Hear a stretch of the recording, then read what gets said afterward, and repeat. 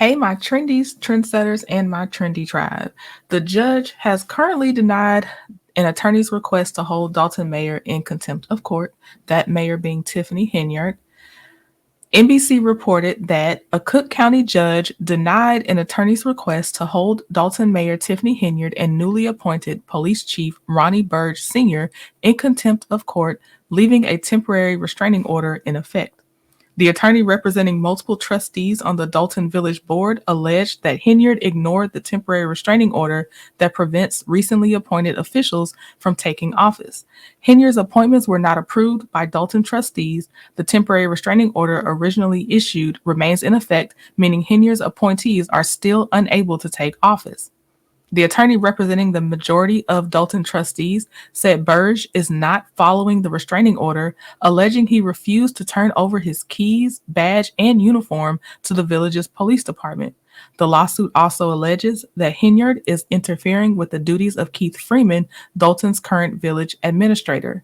Henyard is at the center of several probes and lawsuits with an ongoing federal grand jury investigation that began in November 2023 among them. In the newest twist, a Cook County judge ruled that recently appointed employees cannot work in Village Hall due to the appointments being made in violation of both the Illinois Municipal Code and Dolton Village Code.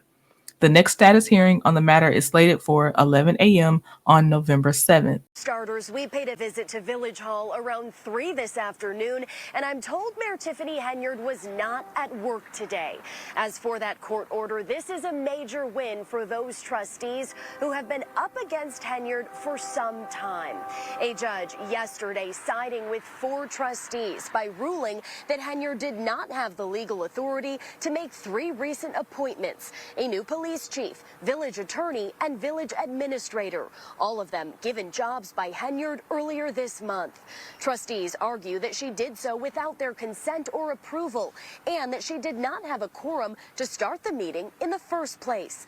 The trustees' motion for a temporary restraining order also alleges bullying, retaliation, and violating the Open Meetings Act.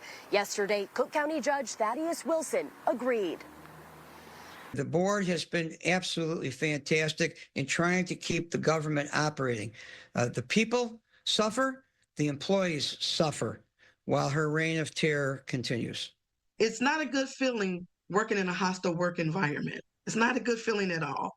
And that verdict yesterday brings hope to the employees that now we can get back to doing things the correct way, decent and in order. I'm happy, and also I got calls from the residents, and they are happy as well. Meanwhile, Mayor Henyard's personal attorney, Bo Brinley, is also responding this afternoon, saying in part, Mayor Henyard will appeal and the truth will come out, a truth that reveals a corrupt board of trustees trying to hijack the mayor's office through false statements and outright criminal conduct. Now, right now, no one is sitting in the role of Dolton Police Chief. Instead, the department is being run by its commanders. But this afternoon, Attorney Odelson, who is representing those trustees, tells me that Henyard called the police department and said her appointment, Ronnie Burge, will be back. Any violations of this court order, though, could result in contempt. Another court date is set for 1 week from today. Reporting live in Dolton, Casey Cronus, Fox 32, Chicago. Tiffany Henyard in court today over illegal appointments she allegedly made for several positions inside the village, among them chief of police. Last month, the judge issued a temporary restraining order blocking her from making those appointments without approval from trustees. The mayor had been warned before that if any of her appointees reported to Village Hall, she would be held in contempt of court. The judge today declining to hold her in contempt, but did warn her that if she did not follow the ruling, he would.